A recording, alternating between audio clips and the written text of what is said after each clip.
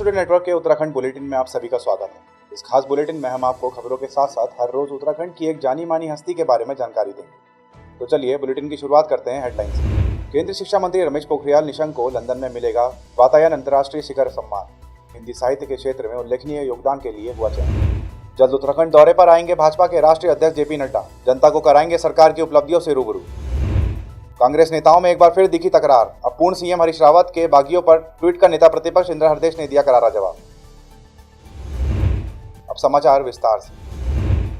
केंद्रीय शिक्षा मंत्री रमेश पोखरियाल निशंक को हिंदी साहित्य के क्षेत्र में उल्लेखनीय योगदान के लिए वातायन अंतर्राष्ट्रीय शिखर सम्मान के लिए चयनित किया गया है। 21 नवंबर को लंदन में होने वाले वातायन यूके सम्मान समारोह में यह अवार्ड प्रदान किया जाएगा। वर्ष 2003 में लेखक एवं कैम्ब्रिज विश्वविद्यालय के भाषा विज्ञान के रीडर डॉक्टर सत्येंद्र श्रीवास्तव ने यातायान पोएट्री ऑन साउथ बैंक नामक संस्था का गठन किया। साहित्य के क्षेत्र में कार्यरत यह संस्था उल्लेखनीय कार्य करने वाले रचनाधार्मियों को अलंकृत करती है।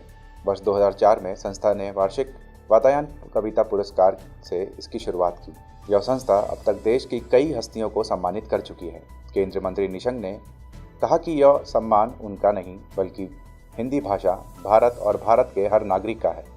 साहित्य रचना एवं गुण धर्म है और साहित्य साधना के सामने तमाम बाधाएं गौण हो जाती हैं। उन्होंने कहा कि साहित्य साधक समाज का सजग प्रहरी होता है। खबर भाजपा राष्ट्रीय अध्यक्ष के उत्तराखंड दौरे की। भाजपा के राष्ट्रीय अध्यक्ष जेपी नड्डा जल्द उत्तराखंड दौरे पर आएंगे। इस बात की जानकारी भाजपा के पूर्व प्रदेश अध्यक्ष और नैनीताल सांसद अजय भट्ट ने दी। उन्होंने कहा कि राष्ट्रीय अध्यक्ष के उत्तराखंड दौरे को लेकर भाजपा संगठन और कार्यकर्ताओं में बेहद उत्सुकता है। उनकी माने तो राष्ट्रीय अध्यक्ष जब किसी प्रदेश में जाते हैं तो वह उस प्रदेश के संगठन के लिए बेहद महत्वपूर्ण पल होते हैं। लिहाजा 2022 में उत्तराखंड में भी चुनाव है। राष्ट्रीय अध्यक्ष के दौरे के साथ ही पूरा संगठन चुनावी मोड में आ गया है। इस दौरान सरकार की उपलब्धियां जनता तक पहुंचाने और संगठन के क्रियाकलापों तथा बूथ गठन की जानकारी की समीक्षा भी की जाएगी। माननीय राष्ट्रीय अध्यक्ष जी ने सभी प्रदेशों के दौरे अपने फिक्स किए हैं और हमारे वहाँ तो चुनाव है ही है। यही मान लीजिए हम चुनावी मोड में हैं क्योंकि हमारा चुनाव तो अगले साल होना ही होना है। जैसे ये 2021 समाप्त होगा, 22 की शुरुआत में ही हमारे यहाँ चुनाव प्रारंभ होने हैं। ये भी एक फैक्टर हम मान सकते हैं, लेकिन उन्होंने हर जगह अपना जाने का जो मन बनाया है उसके तहत उनका ये कार्यक्रम है। तो खास क्या रहेगा सर? कुछ कार्यक्रम कुछ नहीं, जो होता है संगठन, मेन तो संगठन है, सरकार की उपलब्धियां हैं, जन जन तक पहुंचना है।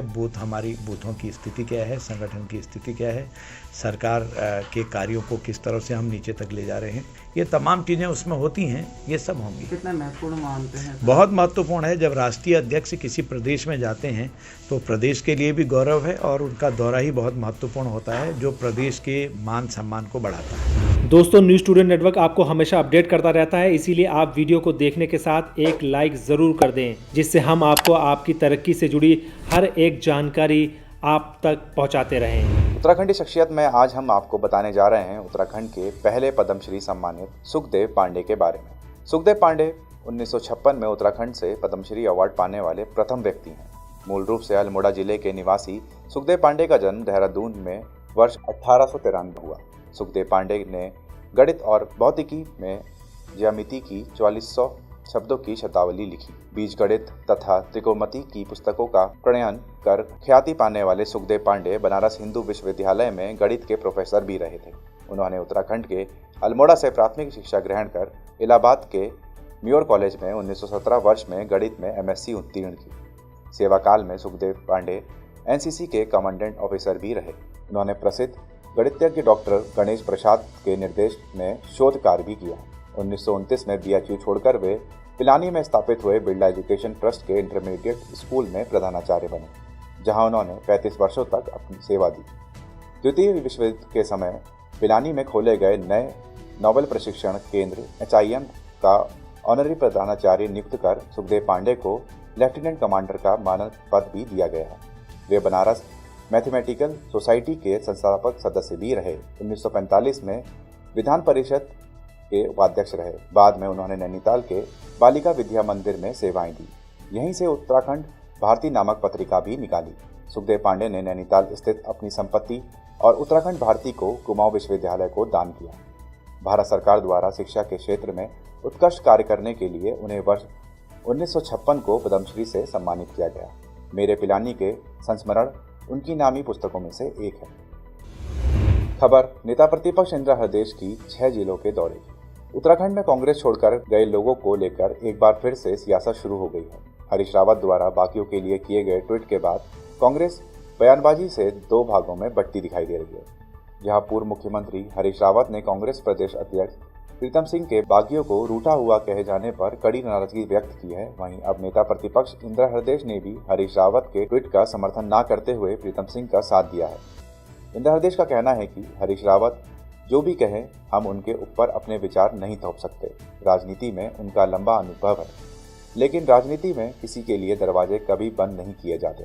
इंदिरा हृदयेश ने कहा कि उन्होंने अपने खिलाफ चुनाव लड़ने वाले को मंत्रिमंडल में शामिल किया था, लिहाजा यह सब फैसला कांग्रेस का केंद्रीय नेतृत्व करेगा। वहीं प्रीतम सिंह की तरह इंदिरा हृदयेश ने भी कांग्रेस छोड़ने वाले नेताओं को बाकी कहने से साफ इनकार किया। इससे साफ हो गया है कि कांग्रेस 2 धड़े में बढ़ती दिखाई दे रही है। इतना ही नहीं, 2022 चुनाव के चलते हुए आज से 6 जिलों के भ्रमण के लिए भी रवाना हो। देखिए, रावत जी पर अपनी सोच हम थोप नहीं सकते।